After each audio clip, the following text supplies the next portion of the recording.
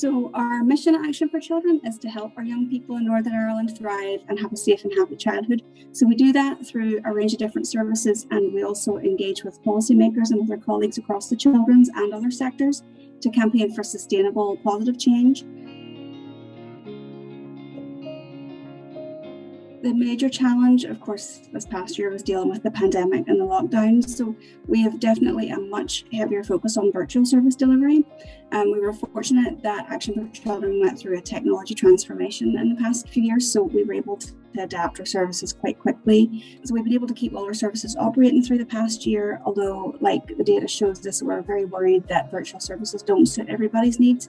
And there are a lot of children, young people that are isolated and at risk in many ways and not able to access the services that they need. So our staff have really been very creative throughout, and they've adapted services to reach as many people as possible. So we've had cooking classes, we've had bedtime stories, scavenger hunts, quizzes, selfie challenges, all sorts of things going on, many of which actually have just been designed by our young service users.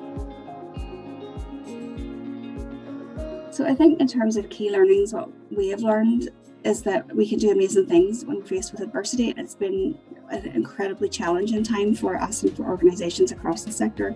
But there has been so much collaborative work and advocacy for children and families going on, and I think that a key learning is that we're stronger when we work together towards a common goal.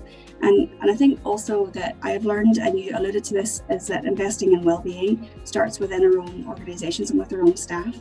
So we can't expect people to provide services when they're coming from a place of fatigue and burnout. So we have teams running virtual tea breaks, we have wellness sessions, we've had laughter yoga, we have staff working very flexibly. And I think our level of engagement with each other has actually increased, and our productivity has increased. And I would say to my colleagues in other organisations that I look forward to getting back to whatever our new normal is going to be, and just get into rooms with everybody so that we can just continue to work together to push forward priorities for children in Northern Ireland.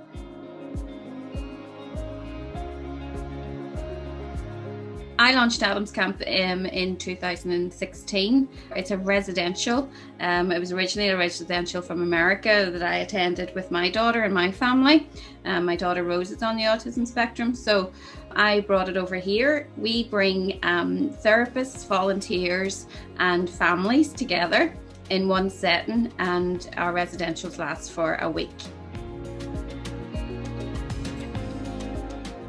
It's a huge challenge for us because everything we had done up until then was very face-to-face. I mean, one of the most successful parts of our organisation is how intensive our therapy is. So that's everybody together in the same room, not just the same room, but at our residentials, everyone lives together as well. So of course, all that had to stop. And it was really difficult for us to think of, well, how else can we deliver this service?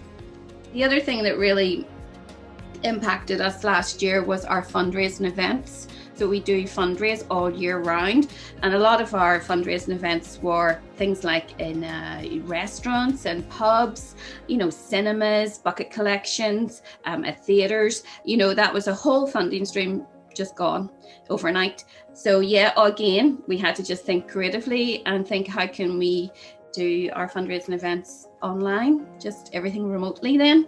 The children with autism don't go away. Their need is there. And in fact, their need got greater during lockdown because, they couldn't go to school. Their routine was out. And yet, our support kind of depleted, but we still survived it, and we're still here, and we're just thinking of a different way of reaching those families and generating funds. I think that saying, necessity is the mother of invention, has just been running through my mind. And I think that just sums up really what we've done. We just had to think really creative, and that's where we came up with the idea of home camp. Different ways that we found that we had to be inventive and creative have actually worked in our favour, and we really would not have thought about doing them if it hadn't have been for COVID, if it hadn't have been that we couldn't access our families directly. So Scotch Street Youth and Community Centre is an organisation which is based in rural Craigavon, and our remit really is to support children and young people from rural backgrounds to have improved quality of life and access to services. As an organisation, we had the obvious challenges of the restrictions coming in, and as a small locally governed organisation, we were able to respond quite quickly, we felt, to those needs. And we had online programs which we were able to diversify to, and we had them up and running within about 10 days of making that decision. And those were in the main very, very successful. We did have a bit of a change of buy-in that we found. We did have some young people who we lost contact with. In all honesty, there was a small number that we also picked up. So that change in engagement method was interesting. There's obviously some people who are quite comfortable with the online engagement and have the capacity to do that, but there's other families that we know had challenges around trying to juggle people working from home, large families trying to school from home. If I had to take a positive from lockdown for us as an organisation, it would be that we have developed our links a lot better with other organisations, but also with adults, and we're a bit more reflective of the family values that we have. And there would be a better range of services that we would be offering to people of all ages. One positive that we can take has been the approach from funders. You know, one of our funders just said this in the middle of your crisis: just you guys do whatever needs done in your community. You know, don't worry too much about what was on your application form, which was exactly what we all needed in those first 3 months. We just needed to meet people's needs. But in terms of realigning budgets and extensions, we have found the funders, both statutory and voluntary, to be mostly very, very flexible. So I think that has been a learning, hopefully, which funders will take on board going forward for the future. That increased flexibility can be very, very beneficial, not just to organisations, but to actually meeting the needs of people on the ground.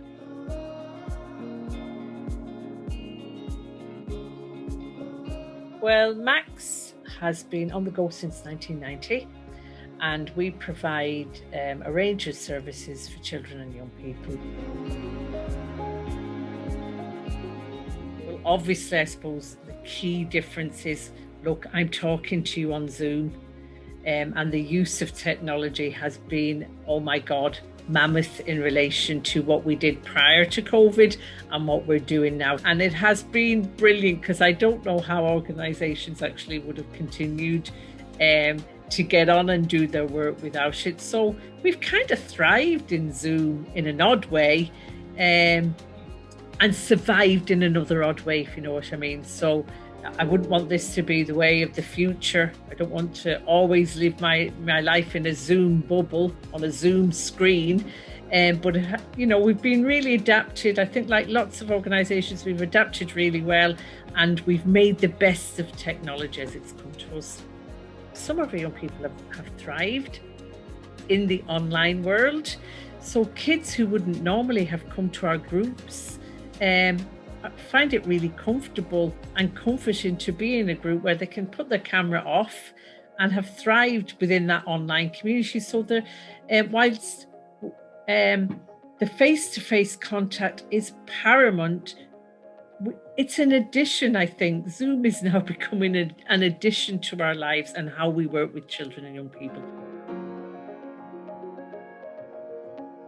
We did a really interesting program, ISOMate, led by you. And in that program, our young people peer mentored each other, and it was all done online. It was absolutely fantastic.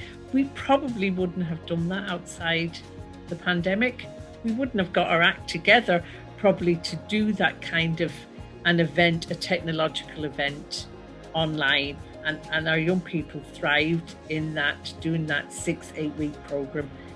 Watch your mate, find your mate, and it was all done by young people peer mentoring each other, which was a fantastic achievement. And again, the power of technology. As a CEO, I feel I should be connected to the people that I lead, not just to managers or service managers. I really should know the people, all my people in my organisation. So it's really important to me that I am visible as a CEO. And COVID has made me much more visible than I ever was. So in that respect, it's been fantastic.